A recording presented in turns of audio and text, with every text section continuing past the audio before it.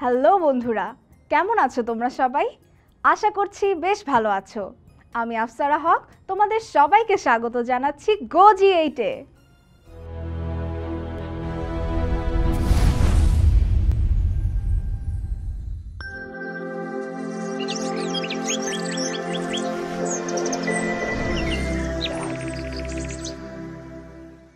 বন্ধুরা, গত পর্বে আমরা রাসায়নিক সমন্বয় ও হরমোন নিয়ে আমাদের আলোচনা শুরু করেছিলাম। আজকের পর্বে আমরা একাদশ দ্বাদশ শ্রেণীর জীববিজ্ঞান দ্বিতীয় পত্র বইয়ের অষ্টম অধ্যায় মানব শারীরতত্ত্ব সমন্বয় ও নিয়ন্ত্রণ থেকে রাসায়নিক সমন্বয় ও হরমোনের বাকি অংশটি আলোচনা করব। তাহলে চলো শুরু করা যাক। প্রথমেই আমরা জানব থাইমাস গ্রন্থি সম্পর্কে। এই গ্রন্থির অবস্থান হলো আমাদের শ্বাসনালীর নিচে। এই গ্রন্থির নিঃসৃত হরমোন থাইমোসিন নামে পরিচিত। আর এই হরমোনের প্রধান কাজ হলো লিম্ফোসাইট প্রস্তুতি ও অ্যান্টিবডি গঠন করা। বন্ধুরা, লিম্ফোসাইট হলো এক ধরনের শ্বেত রক্তকণিকা। আর শ্বেত রক্তকণিকা ও অ্যান্টিবডি দুটোই আমাদের প্রতিরক্ষা ব্যবস্থার সাথে সম্পর্কযুক্ত। অর্থাৎ থাইমোসিন হরমোন আমাদের দেহের প্রতিরক্ষায় গুরুত্বপূর্ণ ভূমিকা রাখে।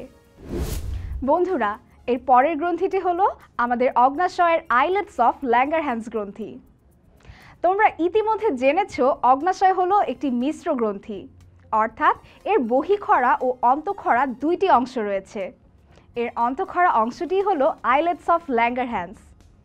অগ্ন্যাশয়ের বহিঃখরা অংশের মধ্যে কিছু কোষ একত্রিত হয়ে বিক্ষিপ্ত ক্ষুদ্র ক্ষুদ্র দ্বীপের ন্যায় কতগুলো কোষগুচ্ছ এক একটি অন্তঃখরা গ্রন্থি সৃষ্টি করে, যাদের আমরা চিনি আইলেটস অফ ল্যাঙ্গারহ্যান্স নামে।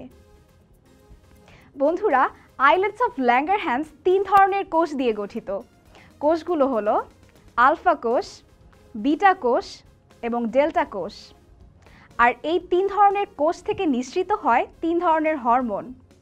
এগুলো হলো আলফা কোষ থেকে নিঃসৃত হয় গ্লুকাগন হরমোন, বিটা কোষ থেকে নিঃসৃত হয় ইনসুলিন হরমোন এবং ডেল্টা কোষ থেকে নিঃসৃত হয় সোমাটোস্ট্যাটিন হরমোন। বন্ধুরা, এখন আমরা এই তিন ধরনের হরমোনের কাজগুলো জানব। আমাদের রক্তে গ্লুকোজের সঠিক মাত্রা বজায় রাখা অনেক গুরুত্বপূর্ণ, আর এই কাজটি করে থাকে ইনসুলিন ও গ্লুকাগন হরমোন। বন্ধুরা, আমাদের রক্তে যখন গ্লুকোজের পরিমাণ বেড়ে যায় তখন ইনসুলিন হরমোন রক্তে গ্লুকোজের পরিমাণ কমিয়ে ফেলে। ইনসুলিনের কার্যকারিতায় অতিরিক্ত গ্লুকোজ গ্লাইকোজেনে রূপান্তরিত হয়ে দেহে সঞ্চিত হয়, আর এভাবেই রক্তে গ্লুকোজের পরিমাণ ঠিক থাকে। গ্লুকোজ থেকে গ্লাইকোজেনের রূপান্তরের প্রক্রিয়াটি হলো গ্লাইকোজেনেসিস। তোমরা সবাই নিশ্চয়ই ডায়াবেটিস রোগের নাম শুনেছ। ডায়াবেটিস রোগ দুইটি কারণে হতে পারে। একটি কারণ হলো যখন কারো দেহে প্রয়োজনের চেয়ে অনেক কম ইনসুলিন নিঃসৃত হয়, তখন ইনসুলিনের অভাবে রক্তে গ্লুকোজের পরিমাণ বেড়ে গিয়ে ডায়াবেটিস হয়।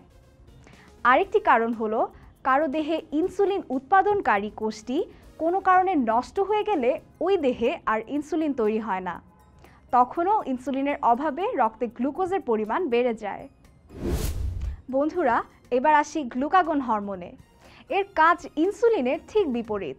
আমাদের রক্তে যখন গ্লুকোজের পরিমাণ কমে যায় তখন গ্লুকাগন দেহে সঞ্চিত গ্লাইকোজেনকে ভেঙে গ্লুকোজে পরিণত করার মাধ্যমে রক্তে গ্লুকোজের পরিমাণ বৃদ্ধি করে। গ্লাইকোজেন থেকে গ্লুকোজের রূপান্তর প্রক্রিয়াটি হলো গ্লাইকোজেনোলাইসিস। আর সোমাটোস্ট্যাটিন হরমোনের কাজ হলো অন্যান্য হরমোনের ক্ষরণ নিয়ন্ত্রণ করা। এই পর্যায়ে আমরা আলোচনা করব অ্যাড্রেনাল বা সুপ্রারেনাল গ্রন্থি নিয়ে। আমাদের প্রতিটি বৃক্কের ঊর্ধ্ব প্রান্তে একটি করে মোট দুইটি অ্যাড্রেনাল গ্রন্থি অবস্থিত। এই গ্রন্থির দুইটি অংশ রয়েছে। এগুলো হলো কর্টেক্স, যা হলো বাইরের হলুদ অংশ, এবং মেডুলা, যা হলো ভেতরের অংশ। বন্ধুরা, অ্যাড্রেনাল গ্রন্থির কর্টেক্স অঞ্চল থেকে দুই ধরনের হরমোন ক্ষরিত হয়। এগুলো হলো গ্লুকোকর্টিকয়েড হরমোন, যার প্রধান কাজ হলো শর্করা ও আমিষ বিপাক নিয়ন্ত্রণ, এবং মিনারেলোকর্টিকয়েড হরমোন, যার কাজ হলো খনিজ লবণের বিপাক নিয়ন্ত্রণ। অ্যাড্রেনাল গ্রন্থির মেডুলা অঞ্চল থেকেও দুই ধরনের হরমোন নিঃসৃত হয়। এগুলো হলো অ্যাড্রেনালিন হরমোন এবং নর অ্যাড্রেনালিন হরমোন। অ্যাড্রেনালিন হরমোনের কাজ হলো গ্লাইকোজেন থেকে গ্লুকোজ মুক্ত করার মাধ্যমে বিপাকীয় হার নিয়ন্ত্রণ করা। হৃদগতি নিয়ন্ত্রণের মাধ্যমে বিভিন্ন আবেগ যেমন ভয়, আনন্দ ও শোক প্রকাশে সহায়তা করা। দেহের উষ্ণতা নিয়ন্ত্রণ করা। আর বন্ধুরা, নরঅ্যাড্রেনালিন হরমোনের কাজ হলো হৃৎপেশিকে উদ্দীপ্ত করা এবং রক্তচাপ নিয়ন্ত্রণ করা। বন্ধুরা, এখন আমরা যে গ্রন্থিটি সম্পর্কে জানব সেটি আমাদের মস্তিষ্কের তৃতীয় প্রকোষ্ঠে অবস্থিত, আর এটি হলো পিনিয়াল গ্রন্থি।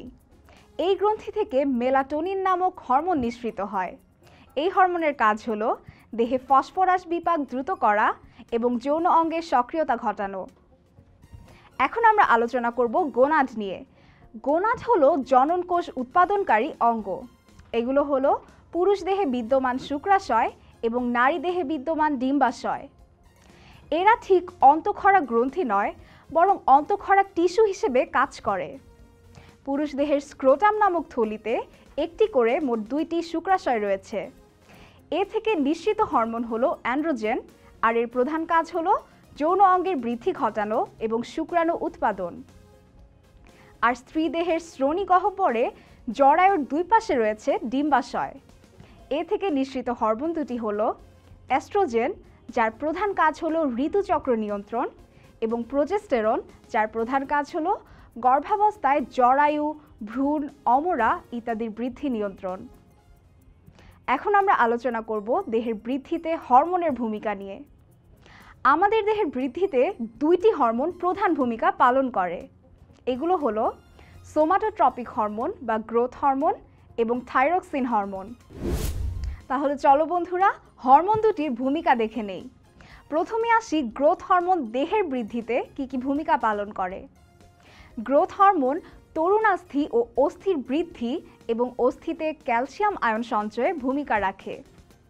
অ্যামিনো অ্যাসিড গ্রহণ ও প্রোটিন সংশ্লেষণ হার বৃদ্ধি করে, যার ফলে দেহের পেশির বৃদ্ধি ঘটে। অন্ত্র থেকে ক্যালসিয়াম আয়ন শোষণ ও বৃক্ক থেকে বিভিন্ন আয়ন পুনঃশোষণ করে দেহের বিভিন্ন আয়নের পরিমাণ বৃদ্ধি করে গ্রোথ হরমোন। এছাড়াও ক্ষুধার্ত অবস্থায় রক্তে গ্লুকোজ ও মুক্ত ফ্যাটি অ্যাসিডের পরিমাণ বাড়িয়ে দেহের ক্ষয়রোধ করে। মস্তিষ্ক ছাড়া দেহের সকল নরম অঙ্গের আকার বৃদ্ধি ও স্বাভাবিক অবস্থা বজায় রাখে।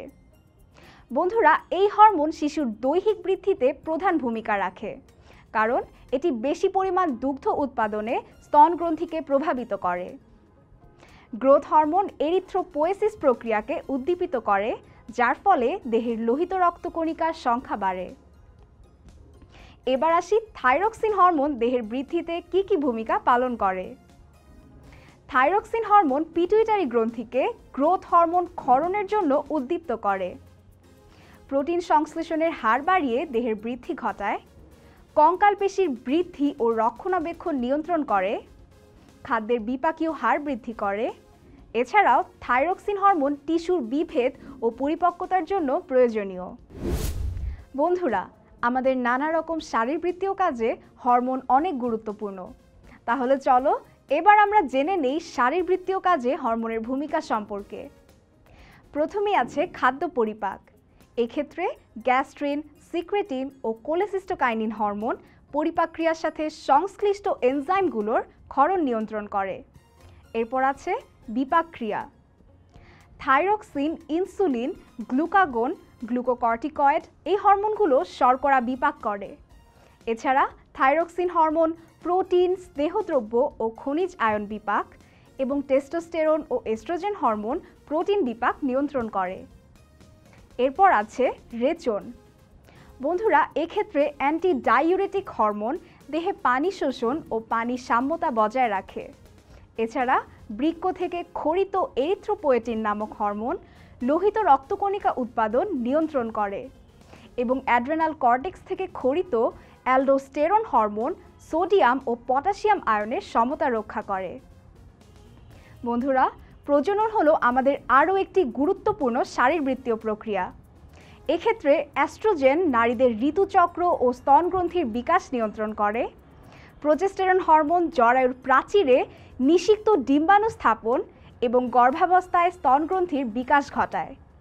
আর পুরুষ দেহে টেস্টোস্টেরন হরমোন শুক্রাণু জননে শুক্রাশয়কে উদ্বুদ্ধ করে। এরপর আছে সন্তান প্রসব। এটি নারী দেহে সম্পন্ন একটি বিশেষ শারীরবৃত্তীয় প্রক্রিয়া। সন্তান প্রসবের সময় এবং প্রসবের পর বেশ কিছু হরমোন ভূমিকা পালন করে, যেমন প্রসবের সময় রিল্যাক্সিন নামক হরমোন শ্রোণীদেশীয় লিগামেন্ট ও পেশির প্রসারণ ঘটায় এবং অক্সিটোসিন হরমোন জরায়ুর সংকোচন ঘটায়। এর ফলে সন্তান প্রসব ত্বরান্বিত হয়। প্রসবের পর growth hormone, thyroxine, oestrogen, prolactin এই হরমোনগুলো মায়ের স্তনগ্রন্থির বৃদ্ধি ও দুগ্ধ উৎপাদন ক্ষমতা বৃদ্ধি করে। তো বন্ধুরা, এই ছিল শারীরবৃত্তীয় কাজে হরমোনের ভূমিকা। এবার আমরা দেখব আচরণ পরিবর্তনে হরমোন কিভাবে ভূমিকা রাখে। প্রথমে আসি নারীর আচরণ পরিবর্তনে হরমোনের ভূমিকা নিয়ে। রজচক্র চলাকালীন স্বাভাবিকের তুলনায় নারী দেহে কিছু হরমোনের পরিমাণে তারতম্য দেখা যায়। এর ফলে ওই সময় নারীদের মধ্যে কিছু আচরণিক পরিবর্তনও আসে। আবার রজচক্র বন্ধ হবার সময় প্রোজেস্টেরন, এস্ট্রোজেন ও অ্যান্ড্রোজেন হরমোন অনেক কম ক্ষরিত হয়, যার ফলে নারীদের মধ্যে আবারও আচরণিক পরিবর্তন আসে। গর্ভাবস্থায় কিছু হরমোন যেমন এইচসিজি, প্রোজেস্টেরন, রিল্যাক্সিন ইত্যাদির ক্ষরণেও তারতম্য দেখা যায়। তখন সবচেয়ে বেশি ও ঘন ঘন আচরণ পরিবর্তন হয় নারীদের। এমনকি প্রসবের পর অনেক নারী মানসিক সমস্যার সম্মুখীন হয়ে থাকে। আর পুরুষদের ক্ষেত্রে টেস্টোস্টেরন হরমোনের কম বেশি হলে বিভিন্ন আচরণিক পরিবর্তন দেখা যায়। বন্ধুরা, আমরা চলে এসেছি আমাদের আজকের পর্বের শেষ আলোচনায়। এই পর্যায়ে আমরা আলোচনা করব অনিয়ন্ত্রিত হরমোন ব্যবহারের ফলাফল নিয়ে। আমাদের দেহে হরমোন নিঃসন্দেহে অনেক গুরুত্বপূর্ণ। প্রয়োজনের কম হরমোন ক্ষরণের কারণে দেহে অনেক সমস্যা দেখা দিতে পারে। আবার অনিয়ন্ত্রিতভাবে হরমোনের ব্যবহারও বয়ে আনে অনেক জটিলতা। চলো সেই জটিলতাগুলো দেখে নেই। গ্রোথ হরমোনের অনিয়ন্ত্রিত ব্যবহারের কারণে উচ্চ রক্তচাপ, রক্তে প্রচুর ফ্যাট, ডায়াবেটিস, সন্ধি ব্যথা, হার্ট ফেলিওর হতে পারে। এছাড়া এর প্রভাবে হাত পা, মাথার হাড় অস্বাভাবিক বড় হয়ে যায়। থাইরক্সিন হরমোনের অনিয়ন্ত্রিত ব্যবহারে ছদ্ম গলগণ্ড, দ্রুত হৃদস্পন্দন, উদরীয় ব্যথা, চিন্তাগ্রস্ততা, খিটখিটে মেজাজ, ওজন কমে যাওয়া, ক্ষুধা বৃদ্ধি, মুখমণ্ডল ও জিহ্বা ফুলে যাওয়া ইত্যাদি হয়ে থাকে। এছাড়া হার্ট ফেলিওর এবং রক্তে ক্যালসিয়াম ও ফসফরাসের মাত্রার অস্বাভাবিক পরিবর্তন ঘটে।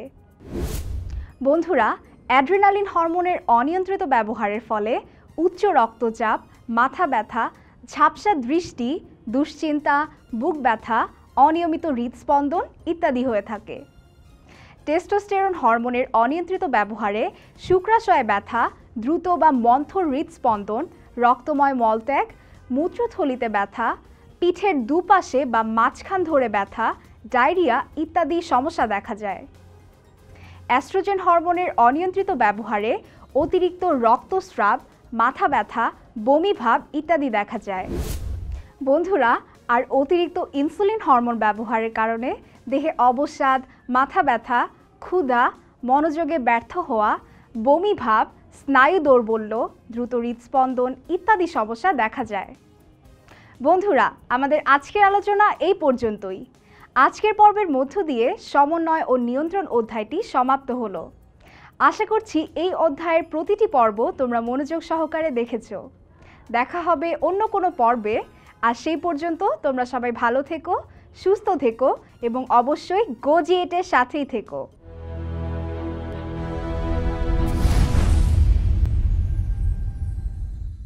বন্ধুরা, আমরা আজকের পর্বে যা আলোচনা করলাম, চলো সেখান থেকে কিছু গুরুত্বপূর্ণ নোটস দেখে নেই। আইলেটস অফ ল্যাঙ্গারহ্যান্সের আলফা কোষ থেকে নিঃসৃত হয় গ্লুকাগন হরমোন, বিটা কোষ থেকে নিঃসৃত হয় ইনসুলিন হরমোন, ডেল্টা কোষ থেকে নিঃসৃত হয় সোমাটোস্ট্যাটিন হরমোন। ইনসুলিন রক্তে গ্লুকোজের পরিমাণ হ্রাস করে এবং গ্লুকাগন রক্তে গ্লুকোজের পরিমাণ বৃদ্ধি করে। ইনসুলিনের অভাবে রক্তে গ্লুকোজের পরিমাণ বেড়ে গেলে ডায়াবেটিস হয়। দেহের বৃদ্ধিতে গ্রোথ হরমোন ও থাইরক্সিন হরমোন প্রধান ভূমিকা পালন করে।